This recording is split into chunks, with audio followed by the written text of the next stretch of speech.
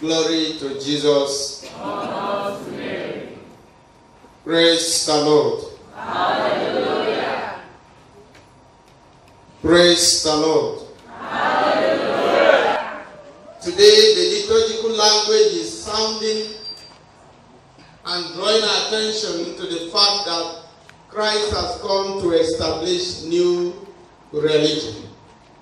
And today everything is centered on the new. New. From the first reading, Acts of the Apostles talks about the new communities founded by Paul and Barnabas. They went through them, see how they were dwelling in love, and they were growing. And the second reading talks about new heaven and the new earth. And the one who sits upon the throne said, "Behold, I make all things new." And Jesus said in the gospel, "I give you a new commandment." So everything today is about new.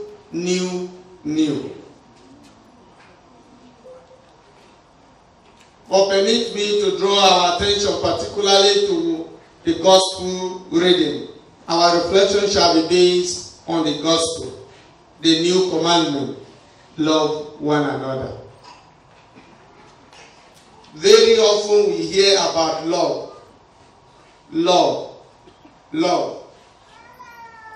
If you go to the media, love. Even the dressing code, love. Now they are dressing cake, birthday cake, love. Everything, love. But the ironical part of it is that this love is easier said than done, especially when it has to do with sacrificial love. We talk about love, but seldom practice what we say. And sometimes we may be tempted to undermine the efficacy and the usefulness of this word called love, thereby relegating it to the background.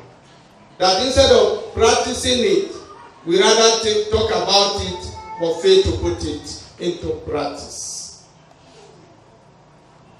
There is love in the air, even to the point that we have a day of love called Valentine. But in the world today, we are growing, instead of growing in love, we are growing in hatred for one another. Even as we are sitting in this church, some are not greeting themselves. Am I lying? Some will not even be happy to see another person growing. And when we come, we say, we love, I love you.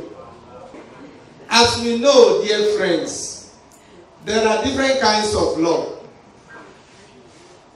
Permit me to mention a few. You know them more than I do.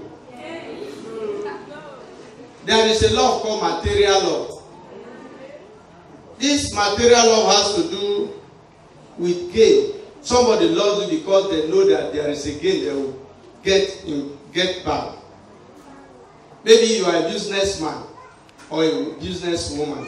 Somebody always comes to you and say, "Auntie, I love you, brother, I love you." They are not loving you, but they love your money. That one is very common these days. They don't love you, but they love your money. They call it material love. They love you for the sake of your material things you have. So that when somebody says, "I love you," judge it. Evaluate it first before you conclude that it is a genuine love. There's another one called instrumental love. Love because of influence. Somebody is in position. You want something. In order to get that, you want to get it. So, you profess your love for the person. For example, maybe you know that I am connected to the government. I'm only using an example. And you want something from the government. You now beginning to love you.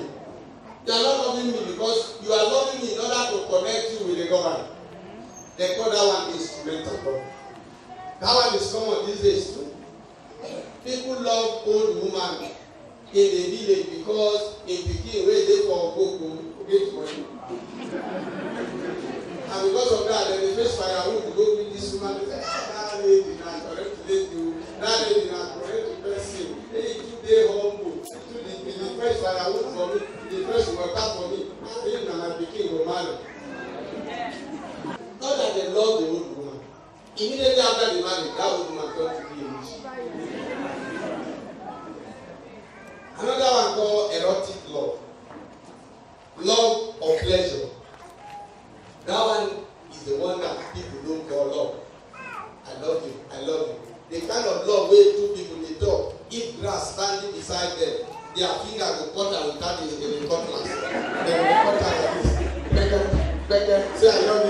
sure?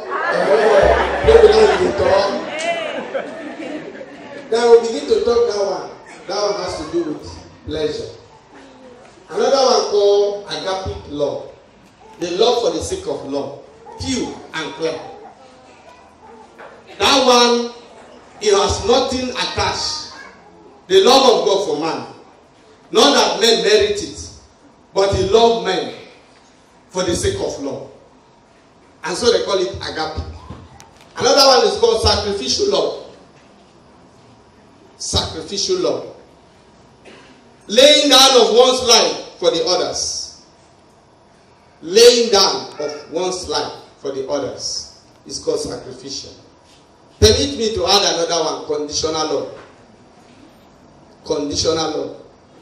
This conditional love, people love you because of a situation, or you can call it situational love. Maybe you are poor. They will give you money, or they profess their love for you because they see you so tenacious, so pitiable. No, you are nobody, so they just feel like, they call it conditional. Or you are a big man. They love you because you are a big man. So you can name them yourself. Paternal love, maternal love, conjugal love. Name them. All these things are love. But the big question today is, what made this new commandment? Or rather, what is new about this love Jesus is offering us today? What is new about it? Because in the book of Song of Songs, chapter 8, verse 7, it says, love is a fire, no water avail to quench, no flood to drown. For love, a man will give up all that he has in this world and think nothing of his lusts. Love is a fire that no water can quench. That love made God to come and dwell with men in history.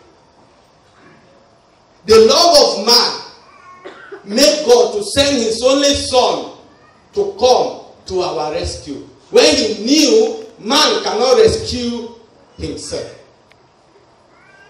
And St. Paul said to the people of Rome, what made this love genuine is that it is not easy, it is not possible for one to die for a righteous man. Here we are talking of someone righteous accepting to die for sinners. It's going here negative to what is called conventional perception of things. It is not possible for one to die for a righteous man. Here a righteous man decided to die for sinners. This is the type of love Jesus is offering us today. The kind of love that makes him to die for sinners. That the Creator should die for creatures. That Creator should die for creatures. I think in one of the songs choir will sing, Amazing Love. How can it be that God should die for sinners? It's amazing love. That God be found of me. I think you know that song. Amazing love. Not that he was forced to die, but he chooses to die freely. As he said in John's Gospel 10. No one takes it from me. I lay it down on my own accord. As it is in my power to lay it down, so it is in my power to take it up. But I have chosen to die that they may live. This is the central message of today's liturgy. In the first reading, we heard about the new community founded by Paul and Barnabas. Centers radiating the light of God. The light of those who really live the new commandment of love. When Paul and Barnabas returned to Antioch, they gave the testimony of how God is manifesting his power among the Gentiles. Because they have embraced this new order of love, whereby they put their things together according to their ability, according to their strength, according to the grace God has given to them. Not based on this person has not brought, therefore I will not bring my own. No. It is purely on how the grace of God is made available to you. The new community. And the second reading presents to us the idea of a new world that will come at the end of time when God will destroy evil. But this new world begins right now and is present wherever there is living love. This new world, St. John in the Revelation was talking about, begins when there is new love. That real love. A new world free from jealousy. A new world free from envy. A new world free from hatred. Free from wickedness. Free from bitterness. Free from pain. Free from injustice. This is a new world God is preparing. That when we dwell in that new world, to know that you are already dwelling, having a foretaste of that new world, you must be a person who is not preoccupied with all these vices. You must be free of all these vices: hatred, wickedness, jealousy, envy, licentiousness, greed. Name them. Then it's a mark of redemption. It's a mark of a people redeemed by God, who are already having a foretaste of this beatific vision. And the gospel tells us about a new commandment: love one another as I have loved you. To know that you love somebody is to ask yourself in the depth of your heart, if this person wronged me, will I be able to forgive? Number one. What is the sentiment of my heart towards the person? That is the thinking of my heart. For example, when there is nothing at stake between you and anybody, you may be claiming to love. But if there is something at stake, for example, you are a young lady, the man who has promised to marry you, or somebody you have been eyeing that he will marry you eventually, and you and your friend, you claim that you love yourself so much, all of a sudden, the love of that man turned to that girl. And the thing is working out. It's working out close to marriage. Can you still continue loving that person? You see? They say for where? That is a practical reality. We are talking of love with our mouth. Even sometimes husbands who profess they love their wife, after marriage, love turned to another thing. They do not love them in person. They are only loving them because when they saw them plumping, enticing, they started salivating, and they misplaced their lust in place of love. If I say I love you both the good in you and the bad in you, the devil in you and the angels in you. I love you the way you are, the way you present yourself. If love is not based on that, then I call it Orugu. Not because of this I don't love you. Then that love is not you. That love is not genuine. That love is not of God. But if love is of God, then it is clear of any condition. Because we love the person of who the person is. If we in Nigeria, if we in this country will practice that love, irrespective of your background, of your ethnicity, of your religion, of your connection, of your class, then this country will be better for us. This community called Gogo will be better for us. Imagine a houseboy who claims he loves your guy. Oh, guy, I love you. And in the parking money they keep. And somebody who is down with the church member. Now he's going to be the save of that person. Now he's going to keep the money for that. And all of them will go sit down for church. When their business is going down because their houseboy is packing the money and keeping with you, and you are jubilating, God, forgive me. And that money, you never bring them out. What type of love is that? We must ask ourselves, instead of deceiving ourselves, are we in love? Do we practice love? Look at the kind of love we are loving these days. Somebody will claim say they love you. They love you.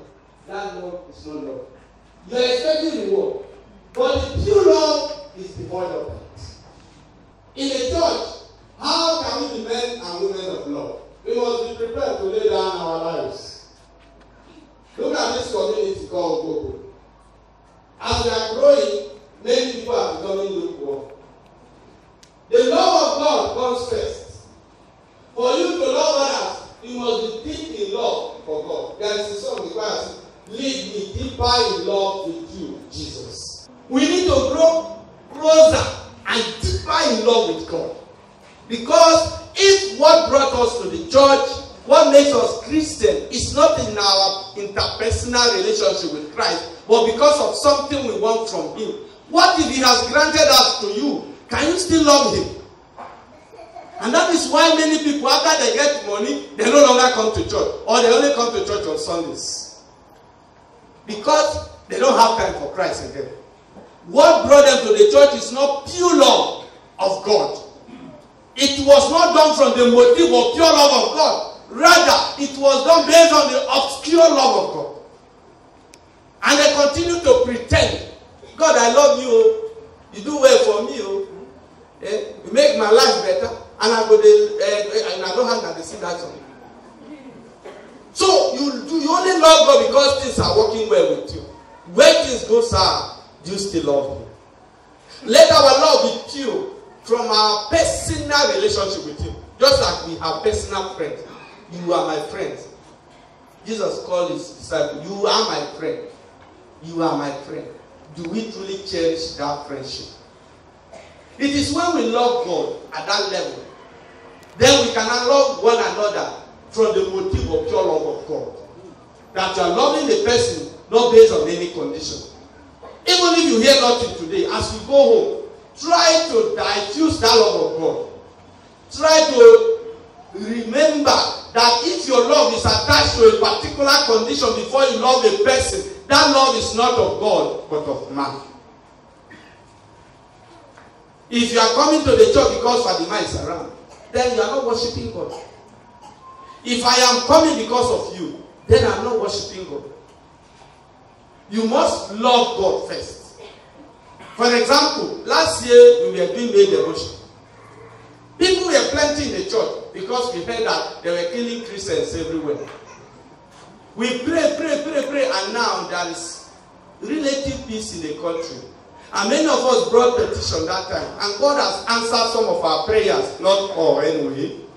Now, he has settled. They say, come for May devotion. We no longer come. Meaning that we only come because of trouble, not because of love of men. Not because of love of Jesus, but because we have a particular problem at hand.